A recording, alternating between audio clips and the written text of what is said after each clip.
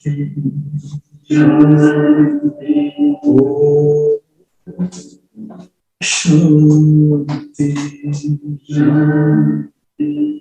अंतर मन में ज्योति जगा लो, होगा दूर अंधेरा।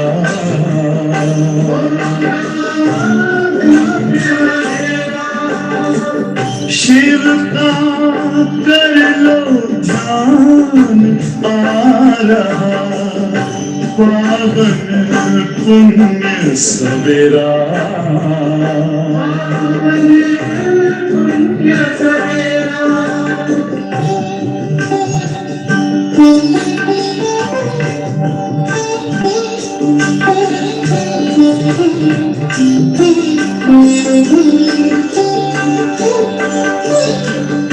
तुम हो कौन, कहाँ से आए, अपने आप को जानो। राजयोग के द्वारा अपना परम पिता पहचानो। इसी राजपथ पर चल कर तुम पालो अपना बसेरा।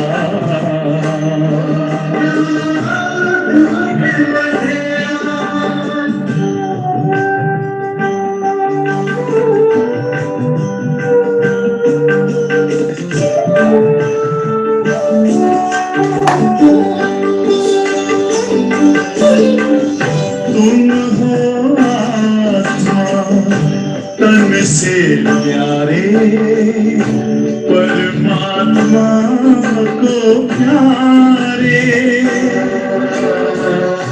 दिव्य गुणों को धारण करके योगी बनो दुलारे। ज्योति बिंदु ही तोड़ेगा ये माया मोह का घेरा।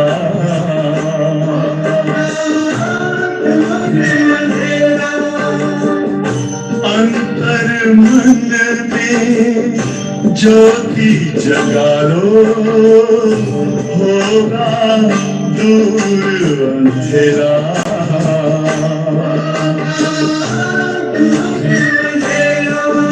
ओम शांति, ओम शांति, ओम शांति।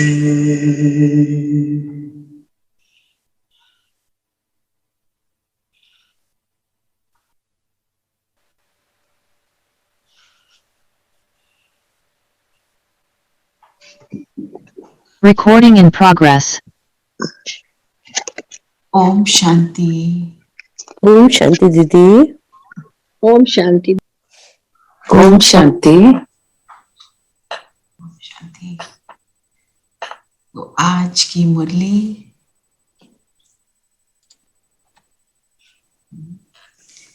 11 फरवरी 2022 की मुरली। आज बाबा ने बहुत इंटरेस्टिंग तरीके से हमको मुरली को शुरू कराया। बाबा कहे, मीठे बच्चे, माया की बीमारी से छूटने के लिए ज्ञान और योग का एप्पल रोज खाते रहो। ज्ञान और योग का एप्पल ना, एप्पल को क्या समझते हैं कि an apple a day keeps the doctor away. और हमारा डॉक्टर कौन है? बाबा। बाबा।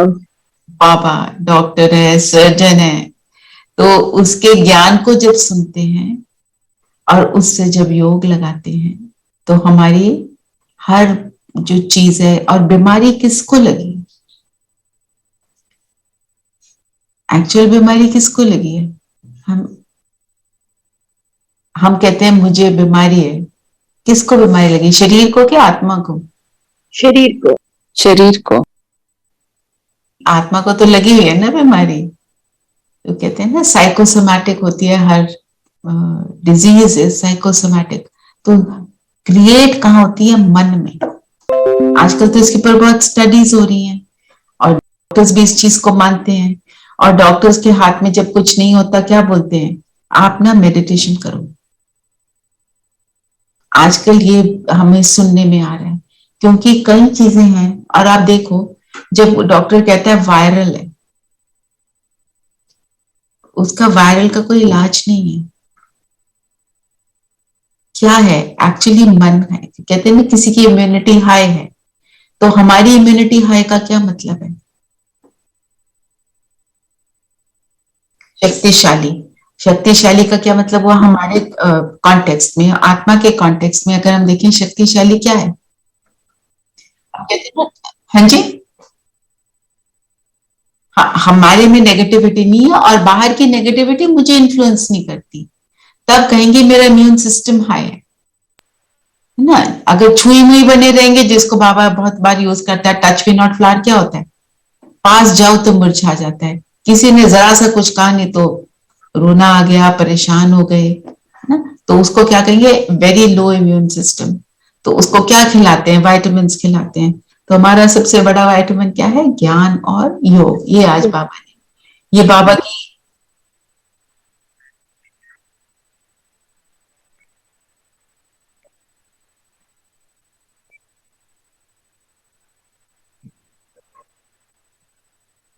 आत्मा को होता है, राइट।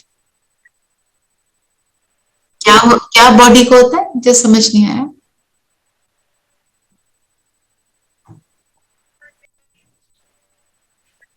आयरन। वुंड वुंड दीदी, घाव। अच्छा, हाँ। ओके, घाव, wound, wound. Okay okay okay.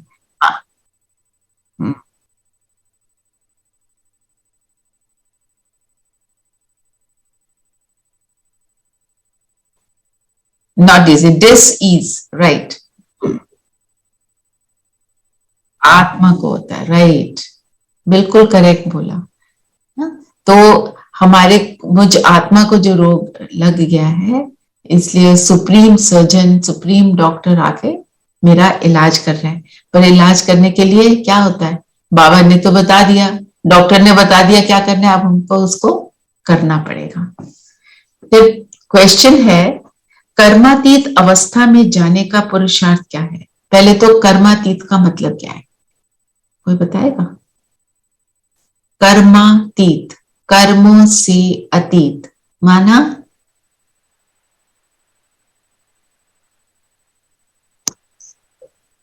लीन नहीं,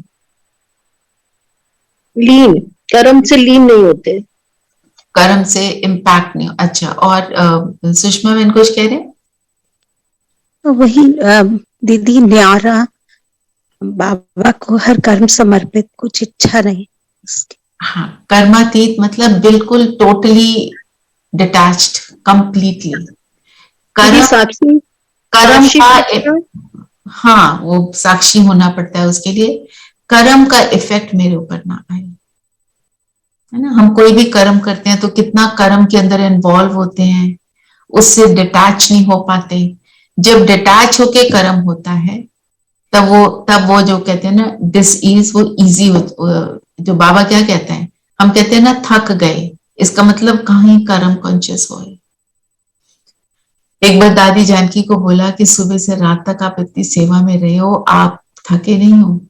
तो कहते हैं कि बाबा का बच्चा होने के नाते मुझे ये शब्द बोलना, मैं थक गई, ये मुझे सूट नहीं करता। मतलब कहीं ना कहीं हम, क्योंकि कर्मातीत अवस्था को पाना एक एफर्ट है, बहुत बड़ी एफर्ट है। और दादी जो गुलजार हैं, जो उनके लास्ट डेज थे, वो बिल्कुल स्टिल एक लिटरली एक बॉक्स के अंदर जैसे पड़े हुए थे लिटरली। डॉक्टर थोड़ी सी सुई लगाता था, उनको कोई असर नहीं होता था। मतलब डॉक्टर हैरान ये था, इतनी बड़ी इनको प्रॉब्लम है, इतना इनका शरीर खराब है, तो इनके अंदर कोई वो इम्पैक्ट नहीं है, जो भी डिजीज है। और डॉक्टर आता था तो डॉक्टर को पूछते थे आपका क्या हाल है, डॉक्टर कहते भी मुझे पूछना चाहिए आपका क्या हाल है, तो कहते मैं तो बिल्कुल ठीक हूँ। तो डॉक्टर ने बोला कि ये दूसरी एक दादी है, उनके साथ भी हुआ था कि भाई आपका शरीर तो नहीं बता रहा कि आप ठीक हो, तो आपने तो क्वेश्चन गलत पूछा। क्या गलत क्वेश्चन पूछा? आपने बोला आपका क्या हाल है, मैं तो आत्मा हूं, मैं तो ठीक हूँ। शरीर होगा खराब पर उसका असर मुझ पर है नहीं। तो ये अवस्था को प्राप्त करनी है। और फिर स्थिति और अवस्था का डिफरेंस हमें समझना है। स्थिति क्या होती है? जिन्होंने पहले सुना हुआ है वो बता सकते हैं। स्थिति है at some point of time, but some point of time, है ना? जैसे अभी हम always, हाँ, अवस्था मतलब निरंतर, वैसे ही है। always, yeah. करेक्ट। तो अब हमारी स्थिति अच्छी बन जाती है। कई बार हमने जैसे मुरली की क्लास की, योग किया, तो हमारी स्थिति बन गई। और कोई हमारे सामने परिस्थिति आई, हमने उसका बहुत अच्छे से सामना भी कर लिया, हमने उसको डील बड़े अच्छे से कर लिया। 2 दिन बाद वही परिस्थिति आई और हम उसको नहीं कर पाए, क्योंकि वो स्थिति थी, अवस्था नहीं बनी थी। पर स्थिति को बार बार बनाते बनाते बनाते फिर हमारी अवस्था बन जाती है। आपने भी नोटिस किया होगा, कई बार एक चीज को आप बहुत अच्छे से कर लेते हो और कई बार नहीं हो पाता। तो ये है उसका डिफरेंस। तो कई बार क्या होता है, हम जैसे ORC में, है ना, जो आप मेरे साथ गए हुए, या हम मधुबन जाते हैं, वहां का वायुमंडल बहुत पावरफुल, सब वहां पे है ही योगी आत्मा। तो वहां मेरी स्थिति बनी नहीं, वहां से आने के बाद भी थोड़ी देर बनी रही, पर उसको बनाए रखना मीन्स मुझे बार बार उसके लिए एफर्ट करना है, जिसके लिए बाबा ने क्या बताया हमको? ट्रैफिक कंट्रोल बताया। उसको बार बार करना है, तब वो अवस्था बनेगी। ठीक है? तो बाबा ने आज क्या बोला? कर्मातीत अवस्था को पाने के लिए क्या करना है? ऐसा अभ्यास करो जो बुद्धि में सिवाय बाबा के और कुछ भी याद ना आए। बाबा के सिवाय कुछ भी याद ना आए। ये कितनी देर हमारी स्थिति रहती है, हमें सबको चेकिंग करनी है। और क्या क्या हमारे अंदर आता रहता है ना। तो जो बाबा कहते हैं अंतमति सो गति, जो अंत में जिसको जो चीज याद होगी वैसी गति होगी, है ना। तो इसको करने के लिए हमें करना क्या है कि मुझे सिर्फ बाबा याद है। याद कौन आता है? ट्रैफिक कंट्रोल नहीं, पर कौन याद आता है? राइट, पर याद जो कौन हमारे आता है? जो हमारे बहुत क्लोज है, नजदीक है। नजदीक का है, जिससे स्नेह है, जिससे कोई प्राप्ति है, वो याद आता है। हमारे को अलग अलग तरीकों से लोग याद आते हैं, आत्माएं याद आती हैं, पर जो मेरी याद किसी के साथ निरंतर बनी रहे, मेरे दिल का प्यार बस उसके साथ बना ही रहे, उसके लिए क्या याद करना पड़ेगा हमको? कि मैं आत्मा को ही देखूंगी और आत्मा से ही बात करूं। वो तरीका है, पर एक इसमें ऐड करो, बाबा से जो मिलता है उसको याद करना। क्योंकि जब प्राप्ति होती है तो वो हमारे को भावुक करती है, वो हमारे स्नेह को जागृत करती है ना। और हमने भक्ति में जब बाबा को याद किया तो किन रूपों से याद किया, किस लिए याद किया? भक्ति हम सब ने करी है। बाबा ने बोला ज्ञान किसको मिलता है? ज्ञान है भक्ति का फल। हम सब ने इस जन्म में नहीं भी करी होगी तो पिछले जन्म में करी होगी, उसका फल है ये। तो हमने जब भक्ति की तो किस हिसाब से की और क्या किस लिए की? आई वुड से ओके दीदी, लेने के लिए कि कुछ पाने के लिए, कि हमें ये मिल जाए। दुख है तो हम सुख में आ जाएं, कोई परेशानी है, शारीरिक दुख है, तो हमेशा पाने के लिए हमने भक्ति। और भी रीजंस होते हैं भक्ति के। आपने सही बोला, और भी बताओ। डर से भी करते हैं, चलो डर से करते हैं दीदी, खुशी में रहे तब भी करते हैं कि ताकि हमारी खुशी सर्वदा रहे। तो एक तरह का फियर है ना, ये चीज जो है, जो भी प्राप्त हुआ है वो मेरे से छिन ना जाए, उस डर में भी करते हैं, है ना। फिर भक्त भावना में भी करते हैं। कीर्तन गाते हुए कैसे आंसू निकलते हैं, है ना। आज भी एक कीर्तन लगा दो ना वो वाला, आप देखो कैसे भावुक हो जाएंगे सब। अभी हम सब यहाँ पे जो है वो भक्ति का संस्कार, और फिर प्यार से उसको याद भी किया, भावना से भी याद किया, डर से भी किया, कुछ पाने के लिए भी किया। ये 3-4 रीजन है जिसके लिए हमने किया, पर क्योंकि हम उसके असली स्वरूप को नहीं जानते, इसलिए हमारे को प्राप्ति मिली पर कम मिली ना। मैं आपको एक बहुत सुंदर स्टोरी सुनाती हूँ कि एक यंग लड़की चर्च जाती थी। उसने चर्च जाके वहां का जो प्रीस्ट था उसको बोला, my father is very unwell, आप मेरे फादर को मिलने जरूर आना, मैं उनकी हेल्थ को देख के परेशान हूं। तो प्रीस्ट ने बोला अच्छा मैं आ जाऊंगा।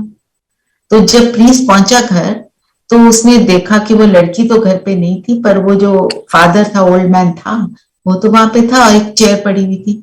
उसने सोचा मेरे लिए होगी, वो वहां बैठ गया। तो उसने बोला उसको कि आपको पता था मैंने आने? कहते नहीं। तो कहते फिर आपने ये चेयर क्यों रखी थी, यहाँ पे चेयर किस लिए पड़ी थी? कहते ये मैं आपको अपनी सीक्रेट बताता हूँ। ये मैं पहले बहुत भक्ति करता था, शास्त्र पढ़ता था, बाइबल पढ़ता था, मुझे कुछ नहीं मिला। तो मेरे को लगता था मुझे कुछ मिल नहीं रहा, कोई प्राप्ति नहीं हो रही। तो मेरे को एक फ्रेंड ने मेरे को बोला कि भगवान से ना अपनी बात करो, वो फॉर्मल ऑफिशियल बातें नहीं, तो भगवान मैं ये ऐसे वाली बात नहीं करनी है, जैसे आप दोस्तों से बात करते हो ना वैसे बात करा करो, रोज बात करा करो, फिर देखो। तो कहते मैं रोज क्या करता हूँ, एक कुर्सी मैंने रखी हुई है, किसी को नहीं पता ये क्यों, मैं रोज यहाँ पे 1-1.5 घंटा मैं आराम से उनसे सारी बातें करता हूँ, जैसे कोई अपना जो फिजिकल रूप में होता। तो उसके बाद मुझे बहुत कुछ मिला, आंसर भी मिलता। मैं आपको क्या चाहते हैं हमसे, कैसी स्टोरी के रूप से। तो 2 दिन बाद वो लड़की चर्च में गई और उस प्रीस्ट को थैंक्स भी बोला। तो बोला मेरे फादर ने शरीर छोड़ दिया है। और उन्होंने बोला अच्छा वो कैसे थे, कैसी स्थिति थी उनकी? तो उसने बोला कि जो वो चेयर रखी हुई, उन्होंने मेरे को पहले मिले, अच्छे से प्यार किया, हग किया और मुझे गुड बाय भी बोला। और जब उन्होंने शरीर छोड़ा, मैं चली गई कमरे से, उनका सिर उस कुर्सी पर था।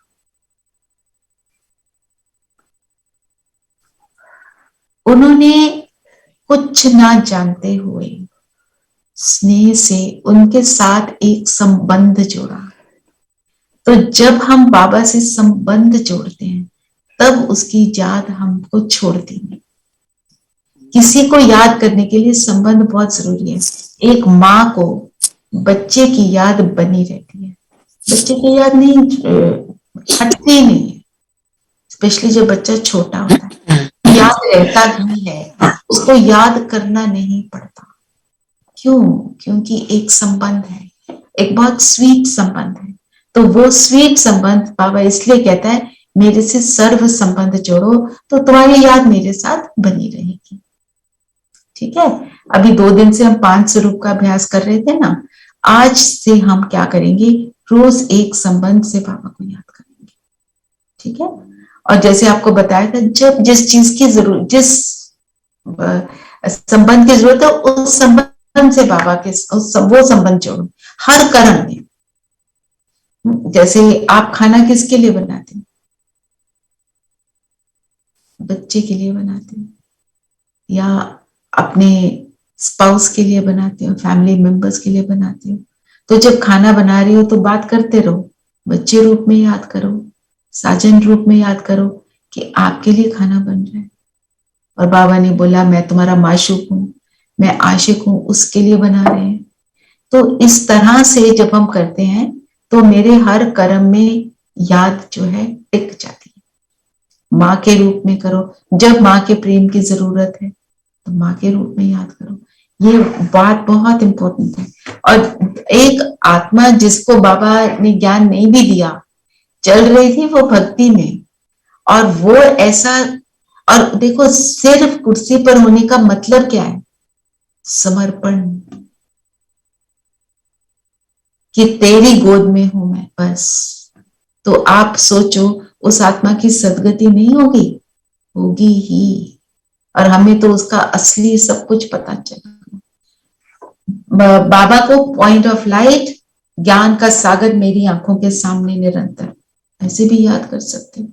तो सबका अपना अपना तरीका हो, पर अपने अपने तरीके को अडॉप्ट करो। यहाँ पे हम अलग अलग चीजें देखेंगे, जिसको जो सूट करता है वो करेगा, ठीक है। फिर बाबा ने बोला जब याद टिकी रहेगी तो सदा हर्षित रहेंगे और तुम्हें कर्मातीत होने का अनुभव होगा। कर्मातीत होने से हम हर्षित क्यों रहते हैं? क्यों, आप देखो हम किसी भी चीज में दुख कब पाते हैं? दुख का कारण क्या होता है दीदी? मोह अटैचमेंट, सोच में चले जाते हैं ना दीदी। when we get involved in it. Attach to anything. हम सिर्फ अपने बच्चों के साथ मोह नहीं रखते, ये नहीं अपने स्पाउस के साथ मोह रखते हैं, नो। हम अपने कर्म के साथ भी हमारा बहुत मोह है। ये मैंने इतना अच्छा हलवा बनाया, किसी ने तारीफ नहीं करी, ये मोह है ना। मैं अपने घर को बहुत अच्छा रखती हूँ, मेरा स्टाइल, ये सारी चीजें मोह है ना। तो इन चीजों से जब हम फ्री हो जाते हैं, we not expecting anyone to appreciate, कुछ नथिंग इज देयर, तो हम फ्री है ना, तो फिर वो हर्षित रहते हैं। फिर बाबा ने बोला तुम्हारा पुरुषार्थ ही है आत्म अभिमानी बनने का, है ना। तो जो हम ट्रैफिक कंट्रोल करते हैं, उसके लिए यहाँ जो एक बात बताई जाती है ना, आप उसको या अपने लिए जो भी आपको ठीक लगे आप करो, वो करना है। मैं ज्योति बिंदु आत्मा कैसी, बस कैसी इज वेरी इंपॉर्टेंट। आत्मा तो हम सुनते आए, हम भक्ति में सुनते आए, भक्ति में हमें सबने बताया तुम आत्मा हो, तुम शरीर नहीं हो, पर हमने उसको कभी अनुभव ही नहीं किया। सिर्फ स्थिति का अनुभव करने के लिए आत्मा कैसी इज वेरी इंपॉर्टेंट, है ना। मैं आत्मा कोई ऐसे, I am not an average soul, I am unique. तो मेरी यूनिकनेस किस चीज में है वो देखना। आत्मा को देखो, आत्मा से बात करें तो खुशी होती रहेगी, स्थिति अचल हो जाएगी। फिर जो इंपॉर्टेंट थोड़ी सी बातें वो भी देखते हैं। बाबा ने बोला रचता कोई साकार या आकार को नहीं कह सकते, जो रचता होगा वो पावरफुल होगा। रचता की स्थिति अगर ऊपर नीचे हो गई तो रचना का हाल क्या होगा, है ना। तो रचता एक निराकार को ही कहा जाता है। निराकार को का रचता होना जरूरी क्यों है हमारे लिए, हम सबके लिए। हम तो आते हैं ना, हमारे को बाबा ऊपर से बैठ के बोलता है मत जाओ नीचे, बैठे रहो मेरे पास। हम कहते हैं नहीं हम तो जाएंगे, हमको एंजॉय करना है, नीचे खेल दिख रहा है, बड़े मजे आ रहे हैं, हमको जाना है। अब जब आए हैं तो फिर जो वहां ऊपर बैठा है वो देख रहा है कि बच्चा अच्छे से खेल रहा है। जब रोता है बच्चा, चिल्लाता है कि आ जाओ, उठा लो, यहां से ले जाओ, मैं बहुत दुखी हूं, फिर वो आता है ना। तो रचता निराकार होना जरूरी क्यों है? क्योंकि कंप्लीट द सेंटेंस, निराकार रूप में क्या होता है? हम जब निराकार रूप में है तो क्या है? शरीर नहीं है तो क्या है? कैसे है जब शरीर नहीं होता? आत्मा। हाँ, तो कैसे है? सारे गुण, सारे सारे सब गुणों से दीदी, सब गुणों से अपनी हाईएस्ट स्थिति में आ जाते हैं ना, सबसे परे, चीजों से परे, बातों से परे, शरीर से परे, शरीर के संबंधों से परे, अवगुणों से परे, अपनी हाईएस्ट स्टेट में आ जाते हैं। और वो जो रचता है, जो महाज्योति है, जो गुणों का सागर है, तो वो अगर आ जाएगा शरीर में, फिर उसके एक माता पिता भी हो जाएंगे। उससे ऊंचा तो कोई है नहीं, वो तभी हमको स्थैर्य में रखता है ना। तो इसलिए उसका निराकार होना, उसका उस स्टेट में रहना, उस हाई स्थिति में निरंतर रहना इज वेरी इंपॉर्टेंट। फिर एक बाबा ने आज बात की, ब्रह्मा विष्णु शंकर को याद करेंगे तो बुद्धि सूक्ष्म पतन में जाएगी। फर्स्ट सेकंड थर्ड फ्लोर है। फर्स्ट सेकंड थर्ड फ्लोर क्या है? बिल्डिंग के कितने फ्लोर्स होते हैं ना, बाबा कहते हैं तुम्हारे फर्स्ट सेकंड थर्ड फ्लोर क्या है? परम धाम, सूक्ष्म पतन और और अकेश। स्थूल बदन। तो बाबा क्या कहते हैं, तीनों फ्लोर्स में घूमते रहो। कई बार फ्लोर बोलता है, फिर कई बार बाबा बोलता है 3 कमरे हैं, ये कमरा पसंद है तो आज इसमें बैठ जाओ, ये बेडरूम है, ये डाइनिंग है, ये ड्राइंग है, या जो भी लिविंग रूम है, जो भी आप सोचो, है ना। तो ऐसे जब करते हैं तो जो हमारा योग है वो क्रिएटिव और रमणीक हो जाता है। इसलिए बाबा ये सारे शब्द हमारे साथ यूज करते हैं।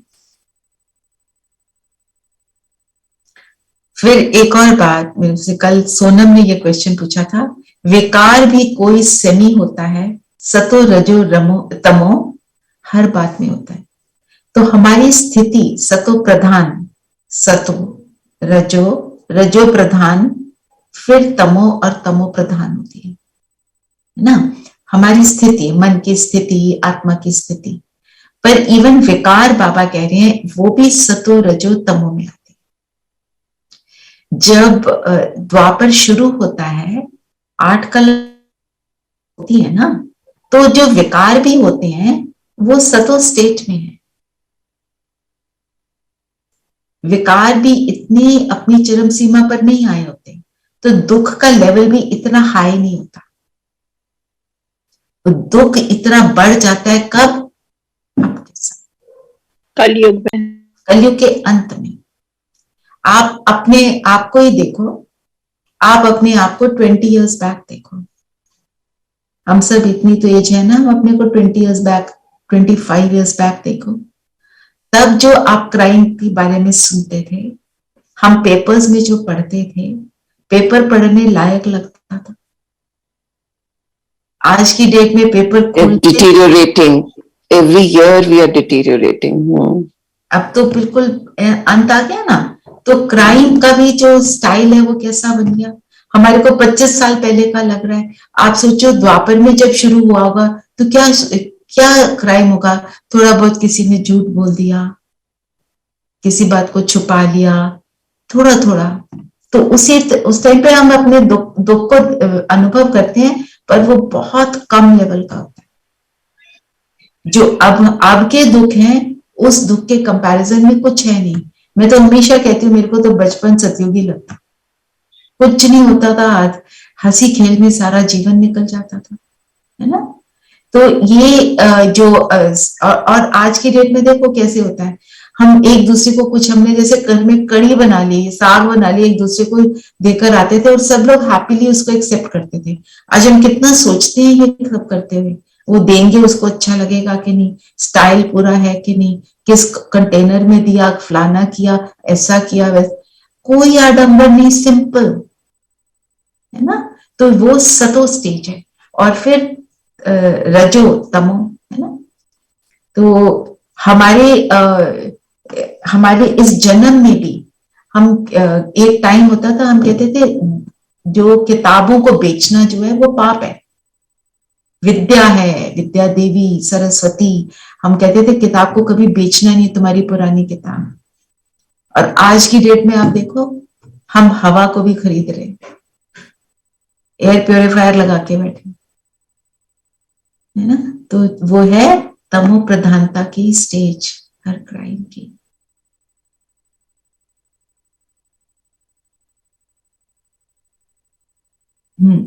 एक मेंशन है भीष्म पितामह का। तो भीष्म पितामह की क्या स्टोरी थी कि भीष्म पितामह को तीर किसने मारा था? अर्जुन ने मारे थे ना, और इतना घायल कर दिया था, बहुत सारे तीर मारे थे। तो 51 डेज के लिए या 52 डेज, ऐसे कुछ लंबा समय था, वो तीरों की शैया पर थे भीष्म पितामह, है ना। और वो किन के साथ थे? कौरवों के साथ। और अर्जुन माना पांडव, 5 पांडव थे और वो कौरव थे, और इतने सारे तीर मारे। और जो अर्जुन है वो पहले क्या कह रहा था, मैं लड़ाई कर नहीं सकता, क्योंकि ये मेरे, वो तो कह रहा था कजन्स हैं। मारना किसको था? आध्यात्मिकता से देखिए किस चीज को मारना है हमें। हम सब अर्जुन जो भगवान का ज्ञान लेते हैं, ज्ञान को अर्जन कर रहे हैं, तो मारना किसको है? बॉडी कॉन्शियसनेस को। हाँ, बॉडी कॉन्शियसनेस, मोटे रूप में बॉडी कॉन्शियसनेस को, जो वो इतने सारे तीर मारे, किस चीज की निशानी है कि एक एक विकार, और विकार के सब भाई बहन, उसके विकारों के कजन्स, है ना। बाबा कहते हैं ना, उनके भाई बहन, उनका पूरा परिवार कुटुंब के साथ आ जाते हैं। क्या, जैसे गुस्सा नहीं किया पर इरिटेशन हो गई, रोब में बोल दिया, आंख दिखा दी, ये सारे जो साइंस हैं, सारे के सारे विकारों को एक जो को तीर मारा, और फिर उस शरीर, उस बॉडी कॉन्शियसनेस को छोड़ा, है ना। तो माना ऑपोजिट टीम क्या थी, विकार, और अंदर क्या थे, वो जो गुण है, सातों गुण है, उनको इमर्ज किया। ये एक्चुअली उस चीज की निशानी है। फिर एक but he was one of the most upright, righteous character in the entire play. पर उसने साथ किसका दिया? उल्टी साइड का साथ दिया, किसी भी वजह से देना पड़ा। तो जब माना, जब आप पांडवों के साथ हो तो जीत है, और आप कौरवों के साथ हो तो हार है। ये तो सर्टेनिटी है, बस ये बाबा ने बता दिया।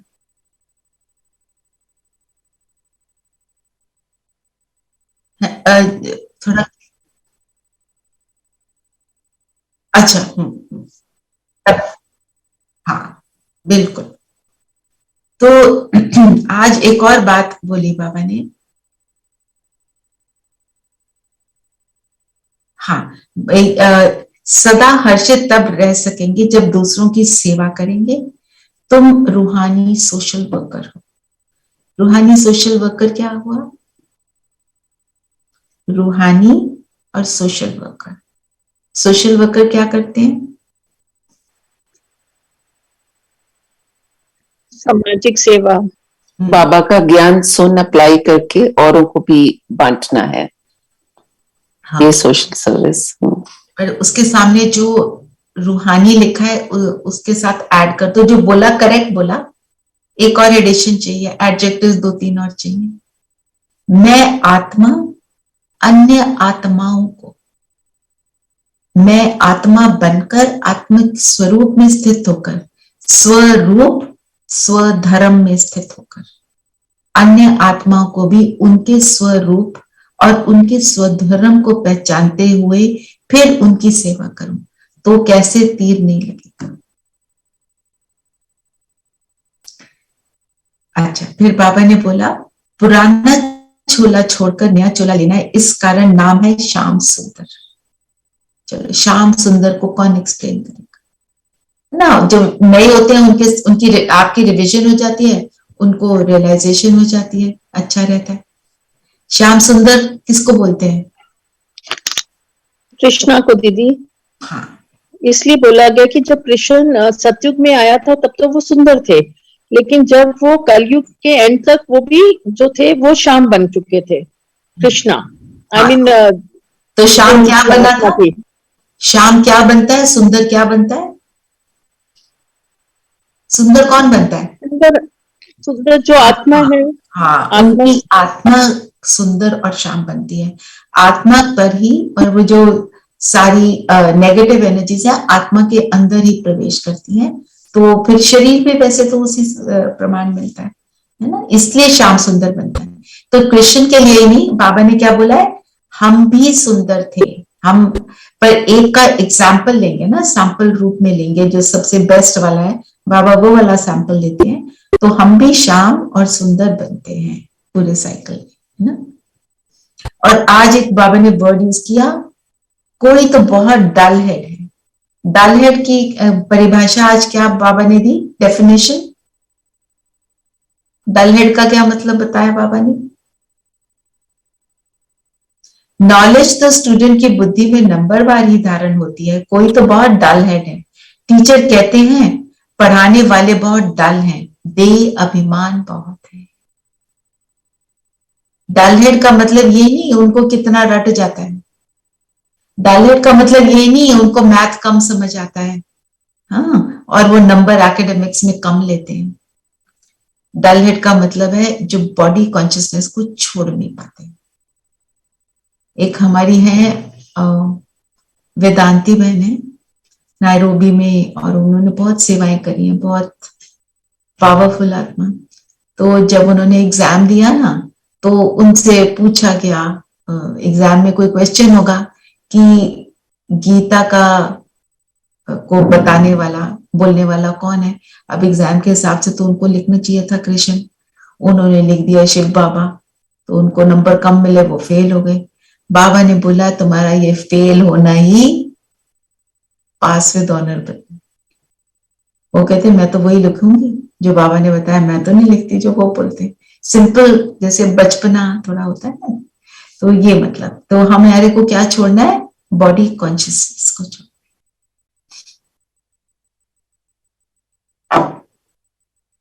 फिर बाबा ने एक और बात बोली, गुरु ब्रह्मा को कहते हैं, विष्णु व शंकर को गुरु नहीं करेंगे।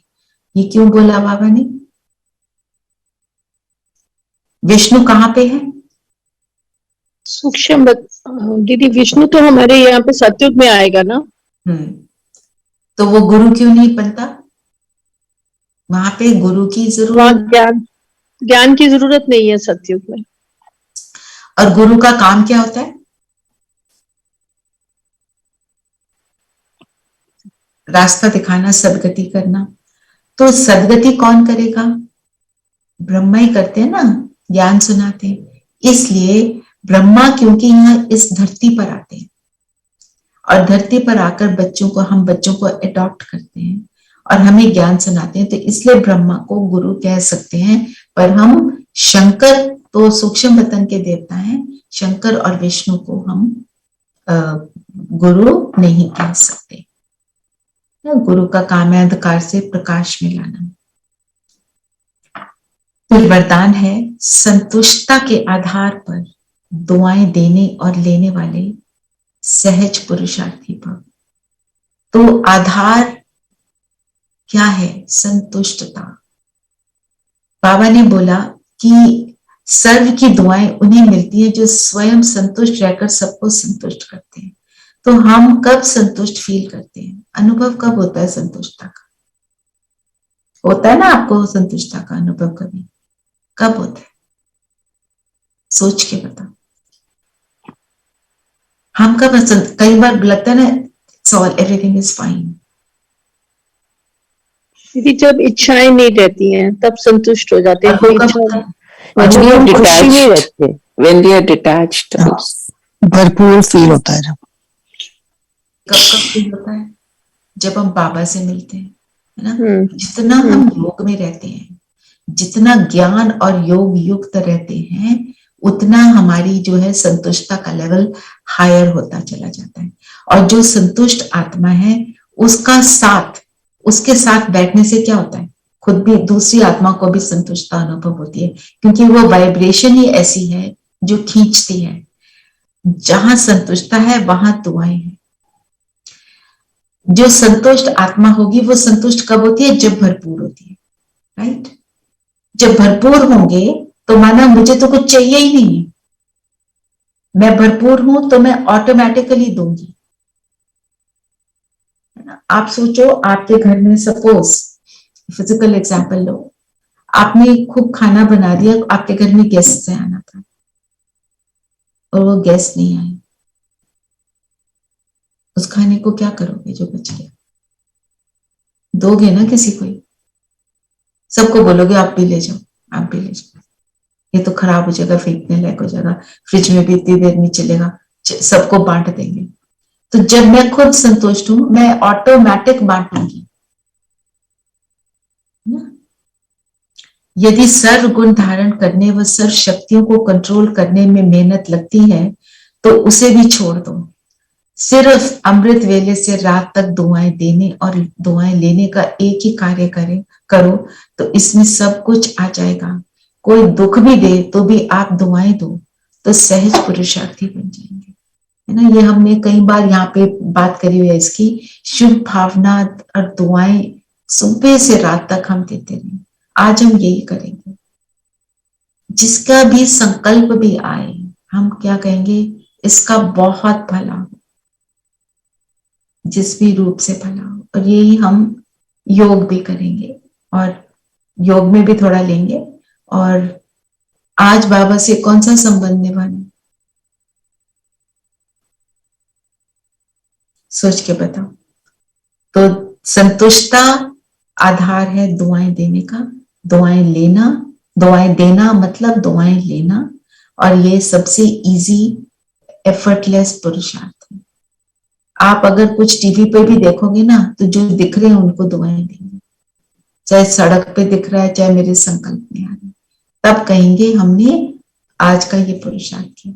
और ये हमारी एक हैबिट बन जानी चाहिए, जो दिखे उसके लिए इसका बहुत बड़ा, ठीक है। स्लोगन है, जो समर्पित स्थिति में रहते हैं उनके आगे सर्व का सहयोग स्वतः समर्पित होता है। आज जो सबसे पहले शुरू में स्टोरी सुनाई, जो सिर था उनकी चेयर के ऊपर, मतलब पूरी तरह समर्पित,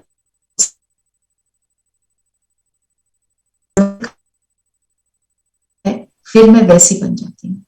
और जब मैं परमात्मा के ऊपर समर्पित हूँ, उसके गुणों में संपन्न होती जाती हूँ, तो जो सब आत्माएं हैं वो मेरी तरफ आकर्षित होंगी और वो मुझे ऑटोमेटिक हेल्प करेंगी। ना मतलब उनके मन में ऐसा कोई संकल्प ना भी हो, पर उनका मदद हमको ऑटोमेटिक मिलता है, ठीक है। तो ये आज की मुरली रही।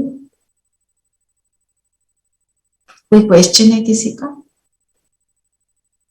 Feel free to ask questions.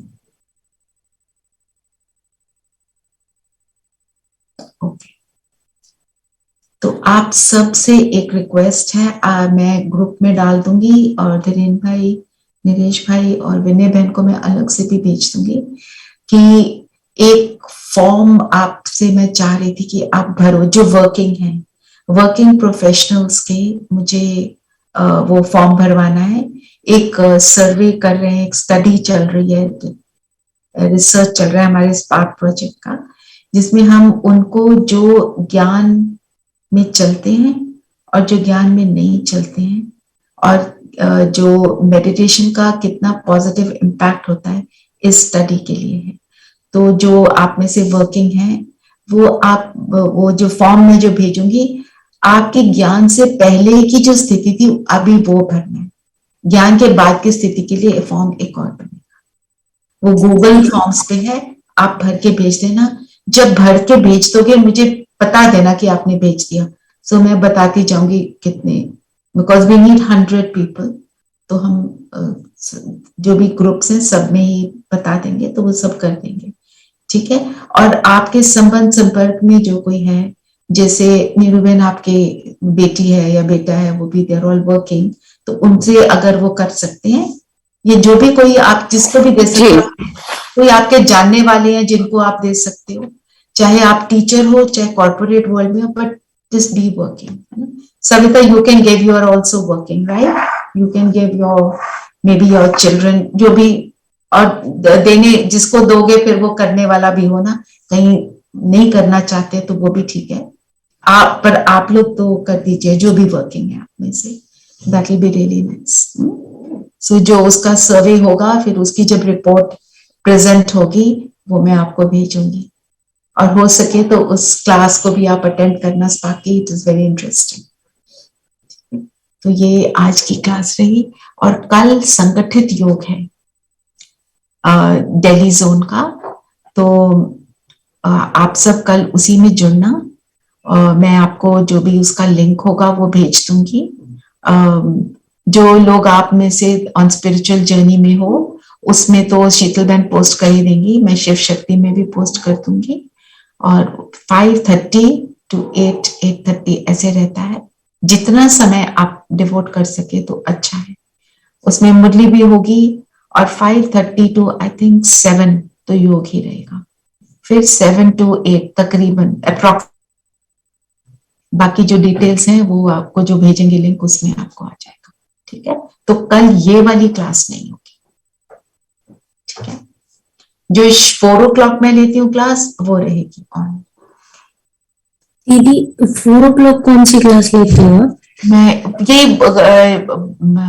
Murali revision की है, पर वो बहुत शॉर्ट 15-20 मिनट की रहती है, क्योंकि वर्किंग लोग हैं तो उनके पास इतना समय नहीं होता है, यही है। पर कहीं उनमें से जैसे सोनम भी उसमें है, पर सोनम इधर भी आ जाती है। तो जब वर्किंग है, कई लोग 4 बजे कर नहीं पाते हैं ना। This time is better because इस टाइम पे आप कर सकते हो।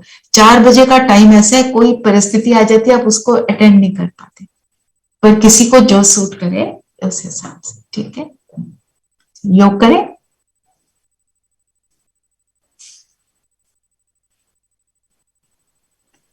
आज बाबा के साथ डॉक्टर का संबंध कर सकते हैं, वो मेरे डॉक्टर हैं। चलो ठीक है, वही करेंगे, वही करेंगे। पर होमवर्क शुभ भावना का रहेगा। सब कंफर्टेबल और अलर्ट होकर बैठेंगे।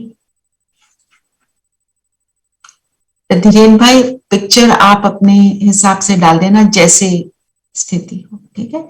अभी तो वो माथे के बीच से तारा ही करोगे, क्योंकि शुरू तो वहीं से होता है, फिर जैसे जैसे बोलेंगे तब करते रहे। आप स्क्रीन शेयर भी कर सकते हो। म्यूजिक मैं ही लगाऊंगी। सभी कंफर्टेबल और अलर्ट होकर बैठ जाएं। शरीर को स्थिर करेंगे।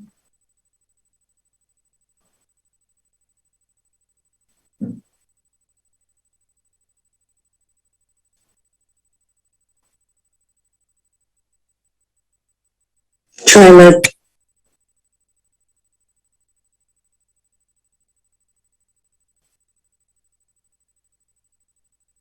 Happiness and balance.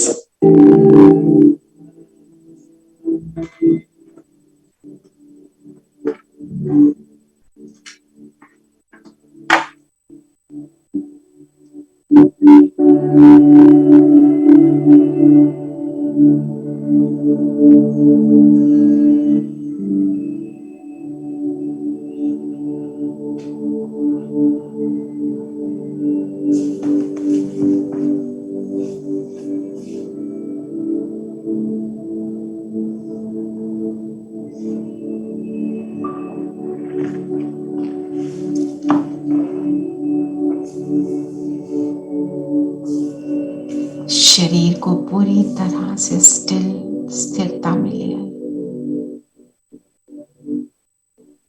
कहीं डिस्कम्फर्ट है तो उसको सेटल कर दें।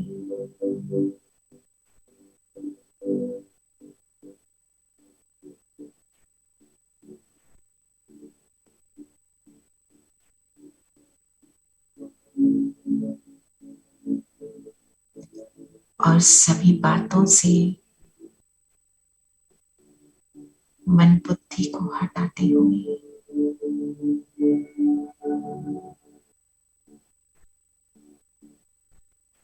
अपना पूरा ध्यान माथे के बीच केंद्रित करते हुए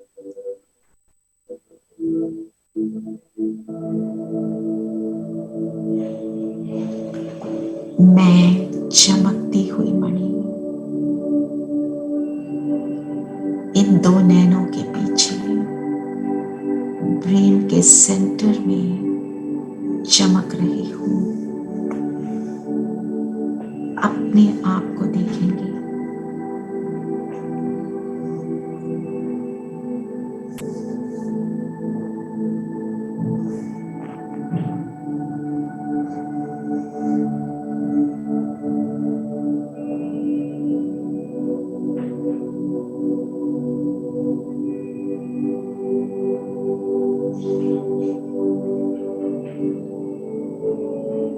जैसे जैसे मैं स्वयं पर फोकस होती हूँ,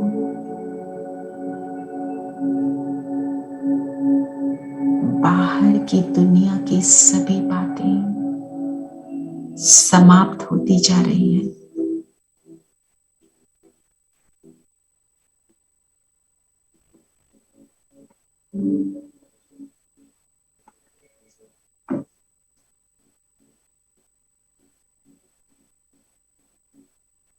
मुझे केवल मैं सितारा ही नजर आ रहा हूं।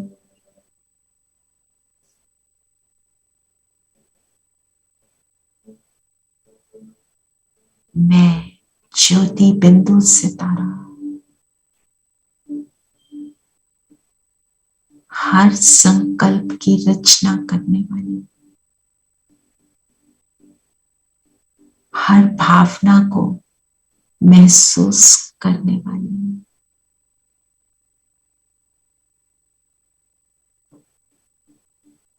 अजर अमर अविनाशी आत्मा,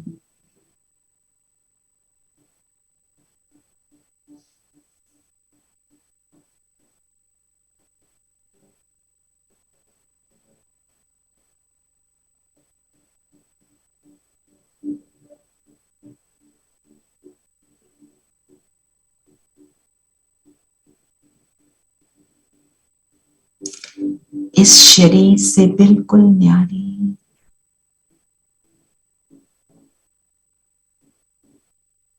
इस शरीर की मालिक हूं,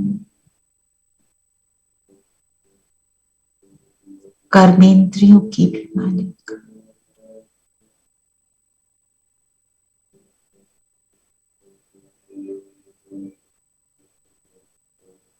स्थूल और सूक्ष्म कर्मेंद्रियों की मालिक, इस मन और बुद्धि को जब चाहूं, जहां चाहूं और जितनी देर चाहूं लगा सकती हूं।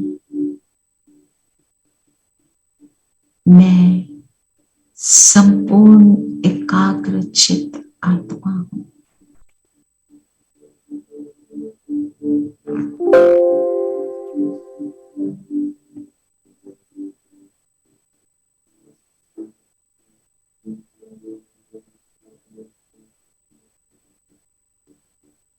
मैं संगम युगी आत्मा हूं।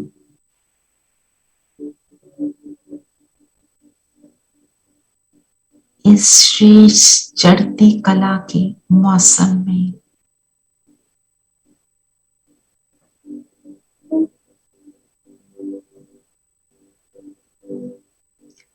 अपनी उत्तम से भी उत्तम स्थिति को प्राप्त कर रही हूं।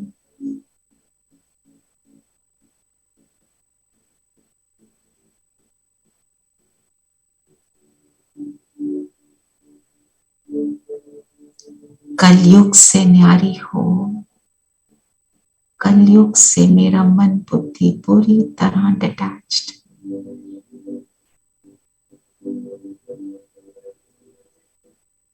और मैं आत्मा जो सुंदर से शाम बन गई थी, एक शिव पिता जो मेरा सर्जन भी है, डॉक्टर भी है, उस एक के साथ जुड़कर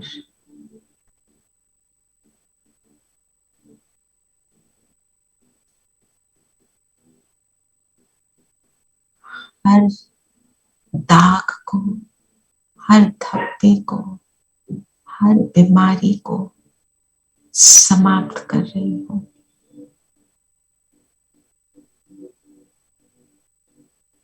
जैसे ही शिव बाबा जो मेरा डॉक्टर भी है उसको याद किया, तो उसकी किरणों का प्रभाव मुझ पर, मुझ आत्मा पर,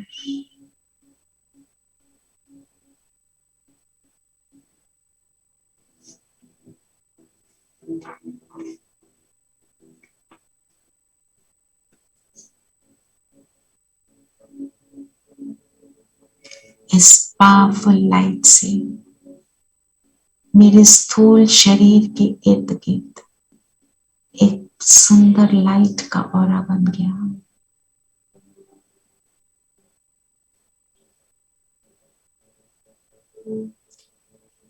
एक लाइट के ऑरा की बॉडी मेरे स्थूल शरीर से अलग हो रही है। ये मेरा फरिश्ता स्वरूप, और मैं आत्मा इसमें प्रवेश होती हूँ।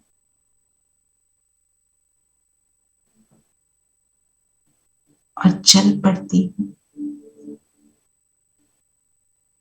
सूक्ष्म लोक, हम सब फरिश्तों का स्थान, जहां स्वयं शिव बाबा और ब्रह्मा बाबा मेरा इंतजार कर रहे हैं।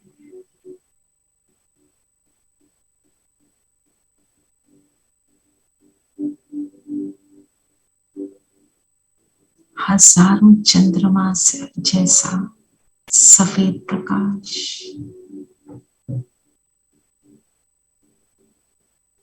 और बाबा की निगाहें मुझ पर।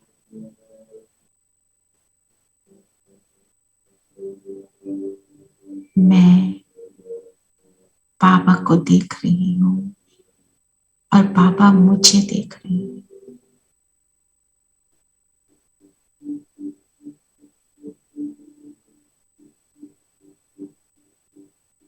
मुझे बाबा ने अपने सामने बिठाया।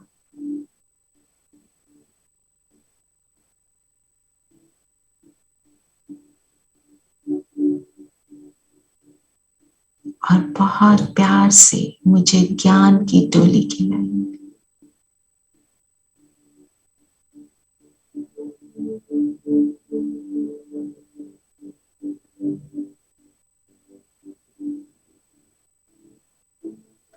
शुभी रस पिलाया।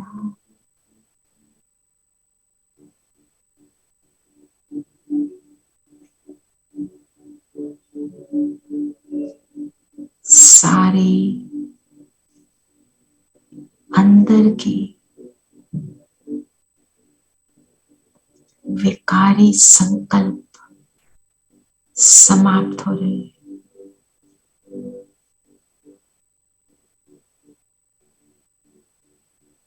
ऐसा रस, ऐसी टोली और ऐसी दृष्टि।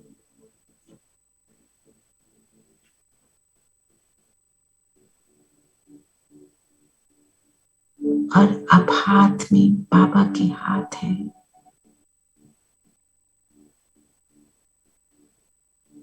जिससे मुझ में शक्तिशाली वाइब्रेशंस पहुंच रहे हैं।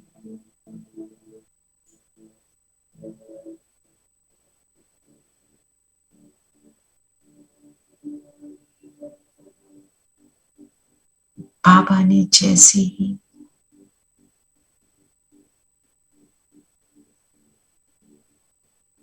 मेरे सिर पे हाथ फेरा और दृष्टि दी, मेरी दृष्टि पवित्र हो गई। पवित्रता का काजल लगा। कानों में पवित्र संकल्प रचने के कुंडल पहनाए। हाथों में मर्यादा के कंगन पहनाए।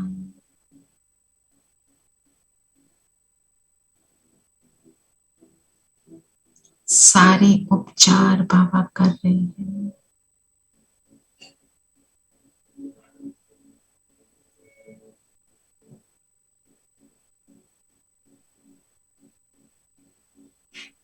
अंदर से सभी विकल्प समाप्त और समर्थ संकल्प मैं आत्मा रच रही हूँ।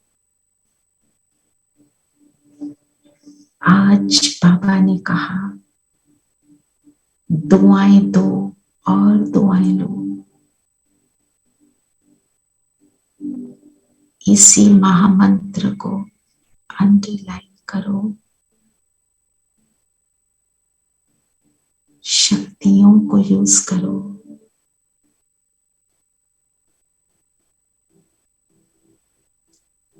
तो सभी बीमारियां नष्ट हो जाएंगी।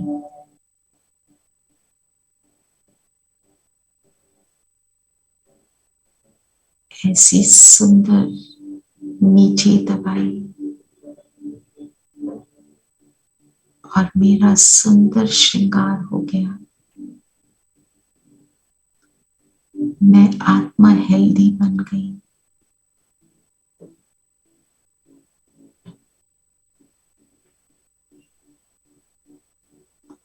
और बाबा ने अपनी लाइट की उंगली से मेरे माथे पे तिलक लगाया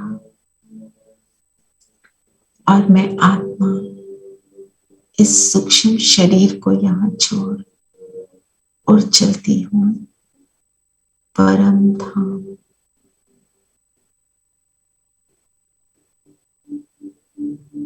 बाबा के बिल्कुल पास निराकार शिव बाबा और मैं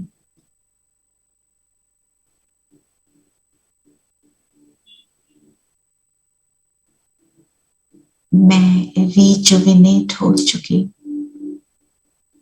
और सर्व गुण और शक्तियां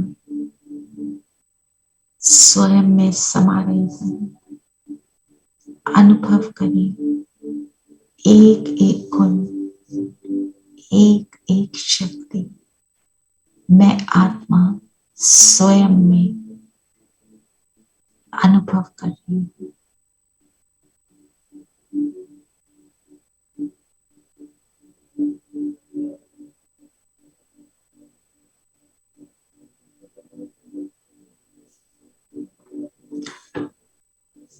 परम धाम का पिक्चर डाल देंगे धीरेन भाई।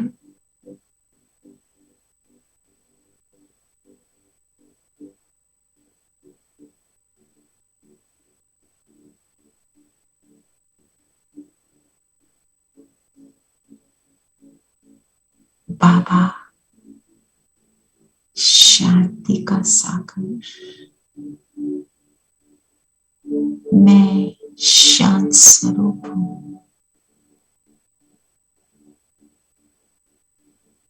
बाबा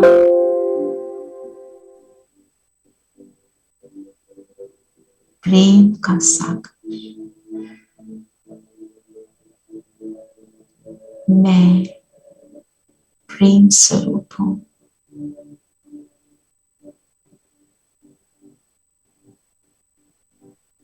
बाबा पवित्रता का सागर,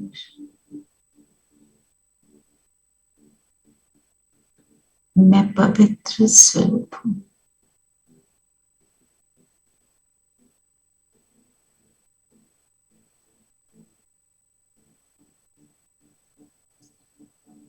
बाबा ज्ञान का सागर,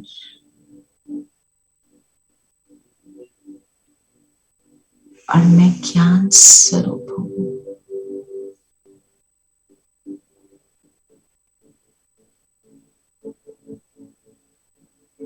सुखों का सागर बाबा, मैं सुख स्वरूप, आनंद स्वरूप हूँ।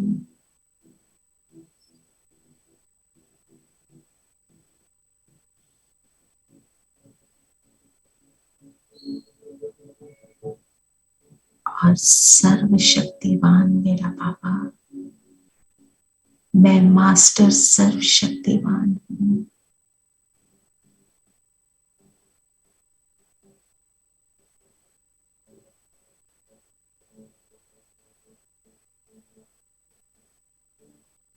सभी संकल्प विकल्प समाप्त, केवल मैं गुण मूर्त आत्मा।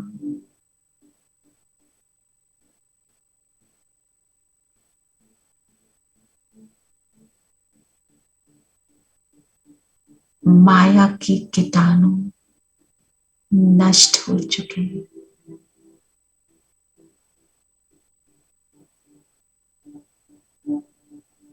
ऐसी पावरफुल स्थिति का अनुभव करते हुए मैं आत्मा नीचे आ जाती हूँ। अपने स्थूल शरीर में मैं प्रवेश करती हूँ और बाबा जो मेरा सर्जन डॉक्टर ज्ञान का सागर उसकी किरणें मुझ पर निरंतर पड़ रही हैं।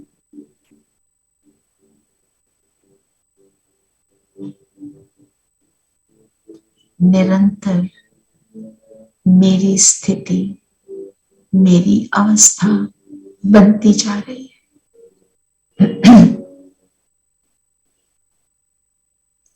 संपन्न हूं, संतुष्ट हूं और अब मैं आत्मा सृष्टि की हर आत्मा को और सृष्टि के हर तत्व को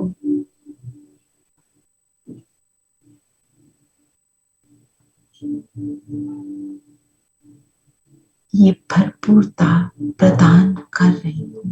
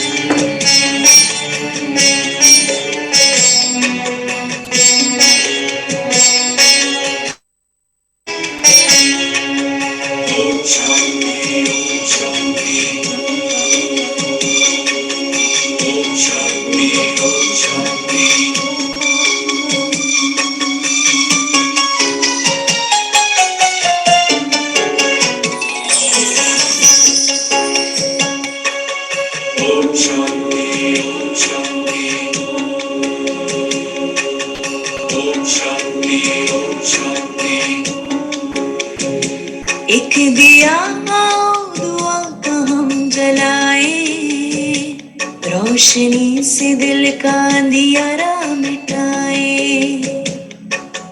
ओम शांति ओम शांति ओम शांति ओम शांति ओम शांति ओम शांति। एक दिया दुआ का हम जलाए, रोशनी से दिल का अंधियारा मिटाए। हर दिशा हर द्वार पर हो वो दिवाली, हर दिशा हर द्वार पर हो वो दिवाली। प्यार का हम ऐसा सिलसिला चलाए, प्यार का सिलसिला हम चलाए। एक दिया दुआ का हम जलाए, रोशनी से दिल का अंधियारा मिटाए।